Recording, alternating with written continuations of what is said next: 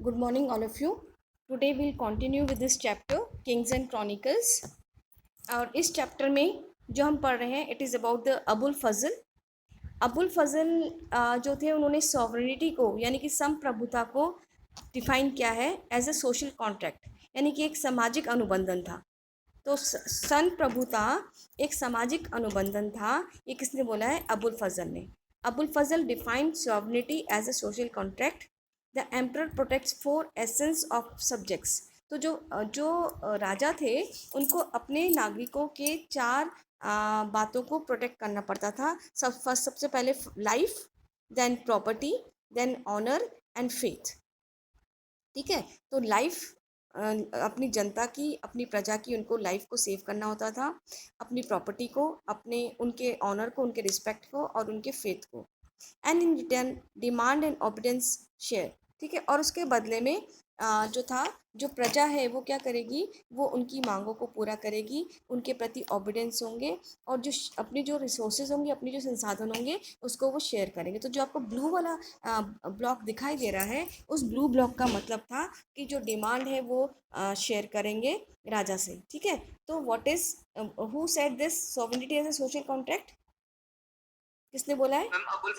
अबुल फजल ने। यानी कि संप्रभुता एक सामाजिक अनुबंधन है, ये किसने बोला है? अबुल फजल ने बोला है। और उसके अनुसार जो राजा है वो अपनी प्रजा की चार चीज़ों की प्रोटेक्ट करता है, जैसे कि जीवन, लाइफ, प्रॉपर्टी, संपत्ति, ऑनर यानी कि आदर एवं सम्मान, जिसको कि जन, माल, नामस, फेथ यानी कि दीन कहा गया है। और उसके बदले में जो जनता है वो अपने राजा के प्रति वफादार रहेगी और ओबिडेंस रहेगी और अपने जो सोर्सेज है उसको भी शेयर करेगी। ठीक है, इज इट क्लियर? अब हम चलते हैं कि मुगल काल में, मुगल दरबार में कौन कौन सी कैपिटल सिटीज़ थी। तो heart of the Mughal empire was is capital city where the court assembled. तो जो मुगल अम्पायर का जो दिल था, जो हृदय था, वो उसकी कैपिटल सिटी थी जहाँ पर उनका दरबार लगता था।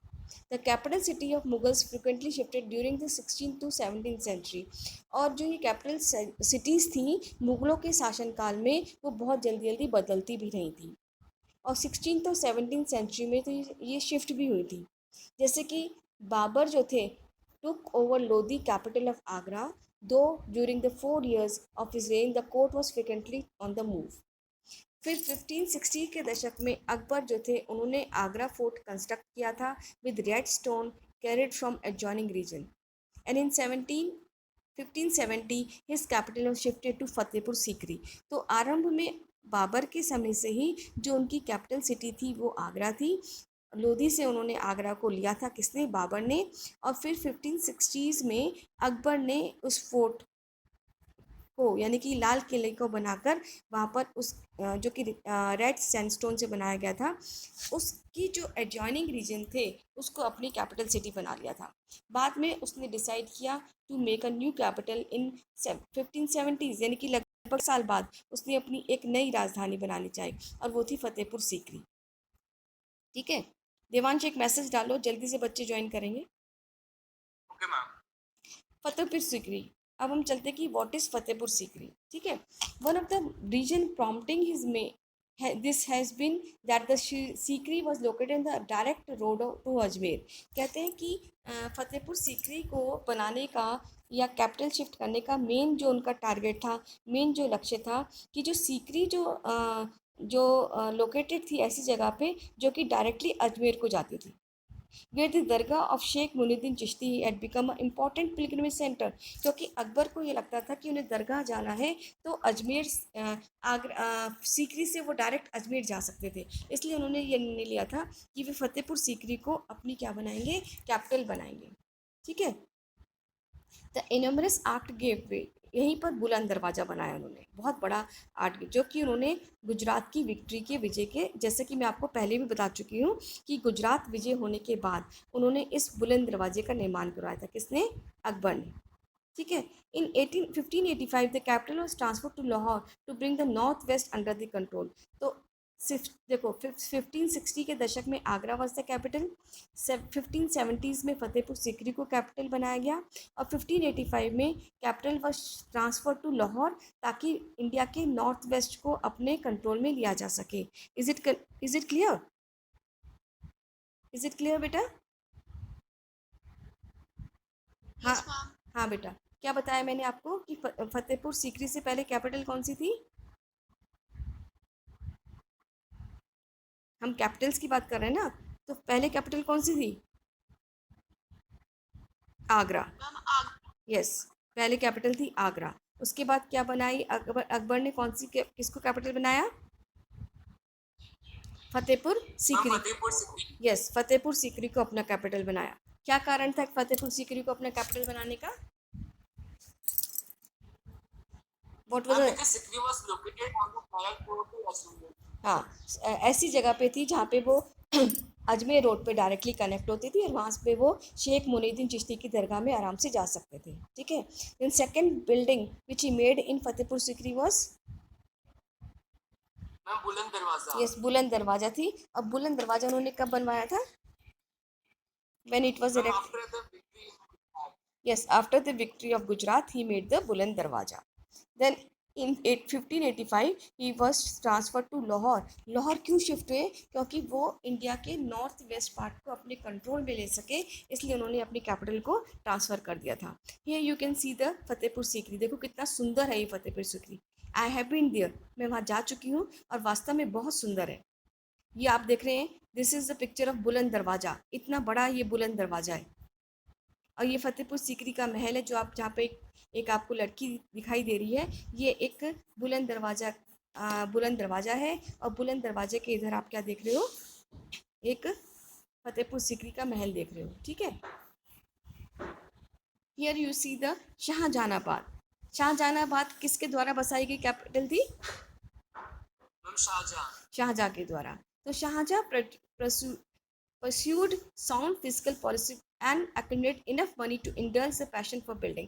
तो जो शाहजहाँ के अंदर जो जुनून था, जो पैशन था, और वो था बिल्डिंग बनाने का। ठीक है। In 1648 the court army and the household move from Agra to newly completed imperial capital Shahjahabad. तो आगरा से कैपिटल शिफ्ट हो गई Shahjahanabad during the time of Shahjahan. ठीक है। It was a new addition to old residential city of Delhi. तो एक ये नया एडिशन था और इसमें जो नया एडिशन किया गया था वो क्या क्या था? वहाँ का रेड फोर्ट था, जामा मस्जिद था, a tree lined esplanade with bazaar, Chandni Chowk था वहाँ पे। Then spacious home of nobility. आपसे पूछ सकते हैं कि क्या क्या चीज़ें दिल्ली में जोड़ी गई, बताएगा कोई बच्चा? Ma'am red fort, yes masjid, yes tree lined esplanade yes, and bazaar, Chandni Chowk. which is home for nobility। Yes, and the spacious home for the nobility. Nobility कौन लोग थे? जो राज दरबार के लोग थे। तो बेटा ये देखो, आप जामा मस्जिद का पिक्चर देख रहे हो, ये आप देख रहे हो लाल किला, जो कहाँ था? दिल्ली में। Is it clear to all of you? Yes ma'am. Okay, Ankit clear है बेटा? Ankit Jayant yes ma'am. Clear है जो भी पढ़ाया बेटा? ओके। अब हम चलते हैं मुगल कोर्ट पे कैसा था। देखो ये आप देख रहे हैं कि राजा बैठा है, दरबार में बैठा है। ठीक है। तो ये क्वेश्चन बहुत एग्जाम में आता है, मुगल कोर्ट पे बहुत सारे क्वेश्चन आपसे पूछ सकते हैं। ठीक है। Emperor begin his day at sunrise with personal religious devotees of prayers, है ना। जो एम्परर था वो अपना दैनिक जीवन सूर्य उदय के समय करता था अपनी व्यक्तिगत धार्मिक प्रेयर्स के साथ। ठीक है। तो सुबह उठते ही वो अपनी क्या करता था? प्रार्थनाएं करता था। Then appeared on a small balcony the jharokha. तब उसके बाद जो मुगल बादशाह था वो अपने झरोके में आता था, बालकनी में आता था, जो कि ईस्ट की ओर थी, पूर्व की ओर थी। Below a crowd of people, soldiers, merchants, craft persons, peasants, women with sick children waited for a view darshan of the emperor। तो उस राजा के दर्शन के लिए, उस एम्परर के दर्शन के लिए वो लोग खड़े हो जाते थे। तो जो दिन की शुरुआत है अकबर या मुगल बादशाह कैसे करते थे? Ma'am, with the personal devotion or prayers, yes and then appeared on a small balcony, Yes. that is Baroka, which is facing to the east. Yes, और उसमें लोग जो थे नीचे उनके दर्शन के लिए खड़े होते थे, ठीक है। झरोका दर्शन वॉज इंट्रोड्यूस बाय अकबर। अब आपसे क्वेश्चन पूछ सकते हैं एग्जाम में कि किस शासक ने, किस बादशाह ने झरोका दर्शन को लागू किया था। Who introduced the jharokha darshan? Answer क्या होना चाहिए? Ma'am Akbar. It was by the Akbar. The objective of broadening the acceptance of imperial court as a part of popular faith, और उसका जो ऑब्जेक्टिव था झरोका दर्शन लाने का, और वो था कि जो इम्पीरियल अथॉरिटी है वो पॉपुलर हो जाए, इसके बीच में, लोगों के बीच में, ठीक है। After spending an hour at jharokha, तो झरोका एक ऐसा स्थान होता था जहाँ राजा अपना खड़ा होकर अपने हाथ हिलाता था और जहाँ उसको ऑडियंस देखती थी, ठीक है। और लगभग 1 घंटा झरोका में बिताने के बाद जो एम्परर है वो पब्लिक हॉल में आता था ऑफ ऑडियंस, दीवाने आम। तो जहाँ पे आम जनता होती थी उसको बोला जाता था Diwane Aam, audience hall, to conduct a primary business of his government. तो जो प्राइमरी बिजनेस यानी कि छोटे छोटे जो बिजनेस होते थे उसके सरकार के, वो वहाँ पे उसके बारे में बातचीत की जाती थी। State officials presented report and made the request, और जो उसके राज्य के अधिकारी होते थे वो एक रिपोर्ट बनाते थे और अपनी रिक्वेस्ट देते थे। तो आफ्टर झरोका दर्शन वो कहाँ जाता था? मुगल बादशाह दीवाने आम में जाता था। और दीवाने आम में जाने के बाद जो था वहाँ पे छोटी मोटी बिजनेस जो क्लास होती थी उसको जो था गवर्नमेंट ऑफिशियल्स जो उसको प्रेजेंट करते थे, ठीक है। 2 आवर्स लेटर यानी कि उसके 2 घंटे बाद एम्पर वॉज इन दीवाने खास, उसके बाद वो दीवाने खास में जाता था।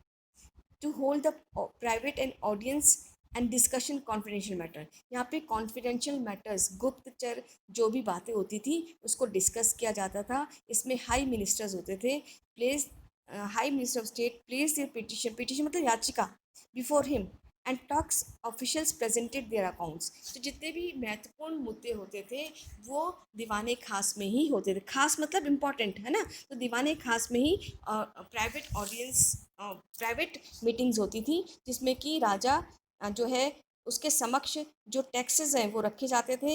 हाई मिनिस्टर जो थे वो अपनी पिटिशन यानी कि अपनी याचिका रखते थे। Is it clear? Yes ma'am. Okay, here you can see the picture. ये है दीवाने आम इन द रेड फोर्ट और दीवाने खास। रेड फोर्ट में बने हुए हैं दीवाने आम और दीवाने खास। दीवाने आम, आम मतलब आम जनता, तो वो चैम्बर या वो हॉल जो कि आम जनता का होता था उसको दीवाने आम कहते थे।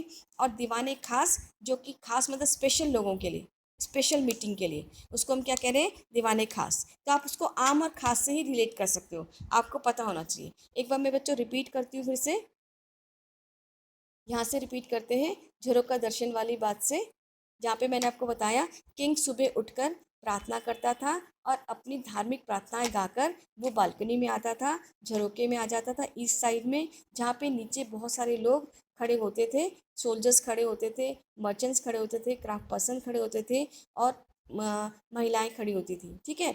झरोके दर्शन के बाद झरोका दर्शन के बाद जो है वो कहाँ आते थे? मैम दीवाने आम। दीवाने आम में आते थे जहाँ पे आम जनता होती थी। जनता के, यस, आम जनता जहाँ होती थी वहाँ पे private business of the government और जो ऑफिशियल्स थे वो अपनी रिपोर्ट पेश करते थे। फिर दीवाने खास में स्पेशल लोगों के लिए होता था, कॉन्फिडेंशियल मैटर होते थे, और जहाँ पे हाई मिनिस्टर्स अपनी पिटिशंस को, याचिका को रख सकते थे। जो टैक्स ऑफिसर्स होते थे वो अपनी अकाउंट्स को प्रेजेंट करते थे। Here are 2 buildings in Red Fort. अब आप उससे पूछ सकते हैं कि ये जो दीवाने आम है और जो दीवाने खास है वो कहाँ होता है, किसमें है ये जगह? मैम रेड फोर्ट इन दिल्ली के लाल यस, रेड फोर्ट में, दिल्ली में, दिल्ली के लाल किले में ये है, ठीक है। अब आ जाते हैं मुगल कोर्ट। अब जो स्पेशल जब त्यौहार होते थे, है ना, या एनिवर्सरी होती थी, जैसे कि जब राजा गद्दी पे बैठा, या ईद का फेस्टिवल, देन शवाब बारात का मतलब था फुल मून जिस दिन होता था, इस तरह के त्यौहार, जो हिजरा कैलेंडर होता था, Holi, the court was full of life. तो त्योहारों के दिनों में जो दरबार था वो फुल ऑफ लाइफ होता था। तो आप सोच लीजिए कि जैसे कि राखी का त्यौहार आ रहा है तो ऐसे ही उस समय जो त्यौहार होते होंगे तो उस समय वो त्यौहार बड़े ज़ोर शोर से कोर्ट्स में मनाए जाते थे, ठीक है। और जो मुगल किंग है वो ईयर 3 मेजर फेस्टिवल्स को सेलिब्रेट करता था। पहला था द सोलर बर्थडे, ठीक है, फिर the lunar birthday of monarch, यानी कि चंद्र जो बर्थडे के आधार पर या सूर्य बर्थडे के आधार पर जो बर्थडे होता था उसको सेलिब्रेट करते थे। फिर चंद्रमा के आधार पर बर्थडे को सेलिब्रेट किया जाता था। फिर Nauroz the Iranian new year on the vernal equinox, और जो ईरानियन न्यू ईयर के अनुसार जो न्यू ईयर आता था उसको सेलिब्रेट करता था, ठीक है। ऑन हिज बर्थडे तो मोनार्क मतलब king was weighed against various commodities which were being distributed in charity। तो एक तराजू में राजा को तोला जाता था और वो जो जो वस्तु होती थी वो गरीब लोगों में बांट दी जाती थी। इस तरह से सेलिब्रेशन होता था मुगल दरबार में। इज इट क्लियर बच्चों, यहाँ क्लियर हो गया? ओके। अब titles and gifts. Grand titles were adopted by Mughal emperors at the time of coronation or after a victory over an enemy। तो जब कभी भी मुगल दरबार के राजा गद्दी पर चढ़ते थे तब उनको उपाधि, एक बड़ी उपाधि दी जाती थी, और या फिर अगर वो किसी दुश्मन को हरा देते थे, कि उन पर विक्ट्री कर लेते थे, तभी उन्हें बड़ी उपाधि दी जाती थी। The granting of titles to men of merit was an important aspect of Mughal polity। और जो मुगल दरबार में जो योग्यता के आधार पे जो लोग चुने जाते थे उनको भी टाइटल्स दिए जाते थे, उपाधि दी जाती थी। तो किस किस को उपाधि दी जा रही है, किस किस को टाइटल्स दिए जा रहे हैं? Who were given the titles? जल्दी बताओ। Mughal emperors of the time of coronation and after victory over the enemy, हाँ, और and a grand titles to men of merit। Anybody can also explain? कोई और बता सकता है किस किस को गिफ्ट और टाइटल्स दिए जाते थे? कोई और बच्चा? अंकित जैन बताओ बेटा, किस किस को टाइटल उपाधि दी जाती थी? Anybody else?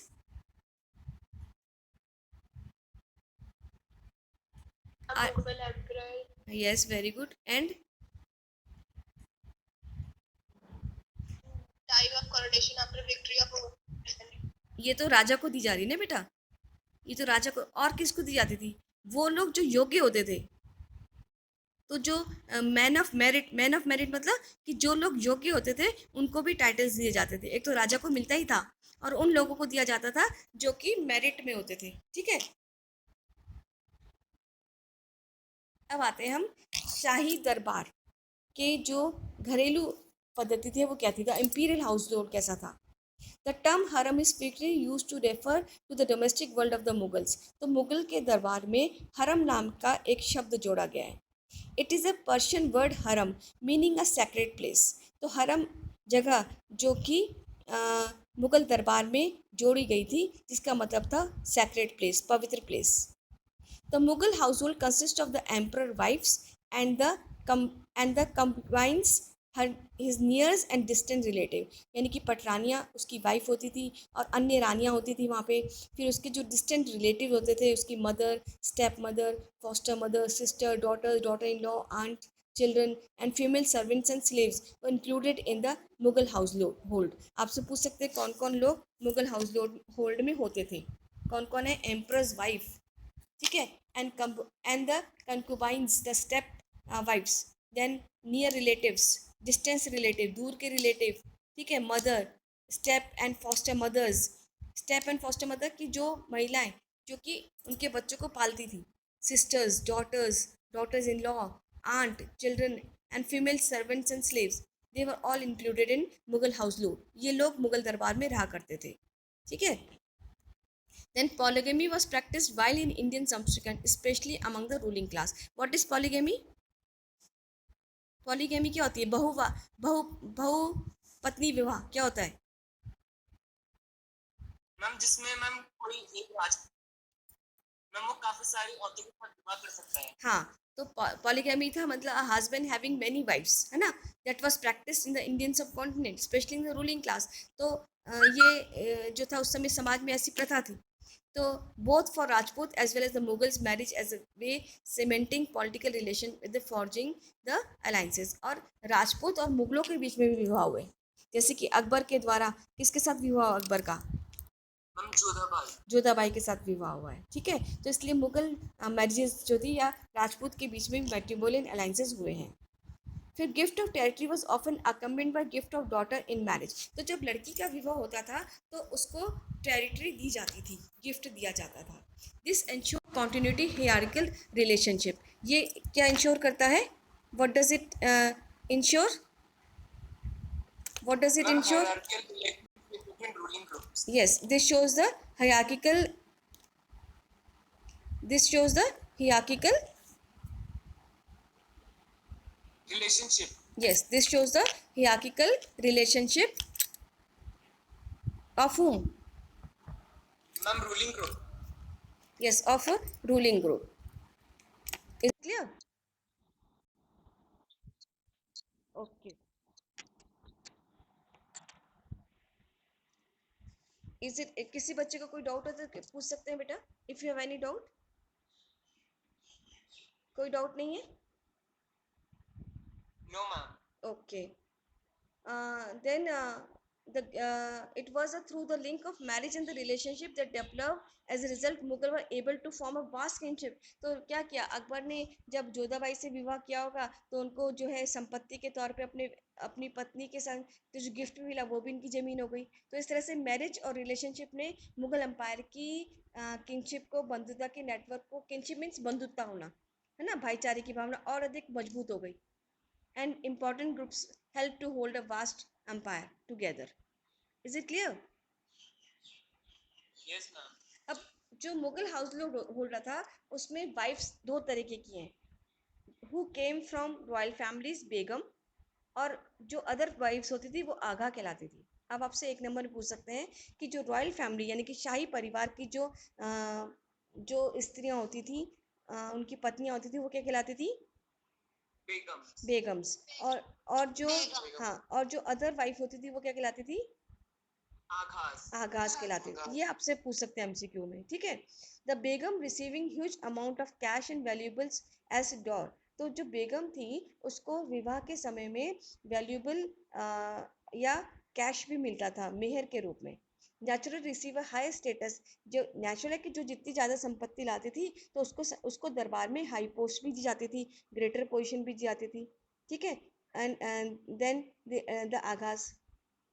Apart from the wives numerous male and female slaves भी थे वहाँ पे जो कि मुगल दरबार में रहा करते थे। Is it clear?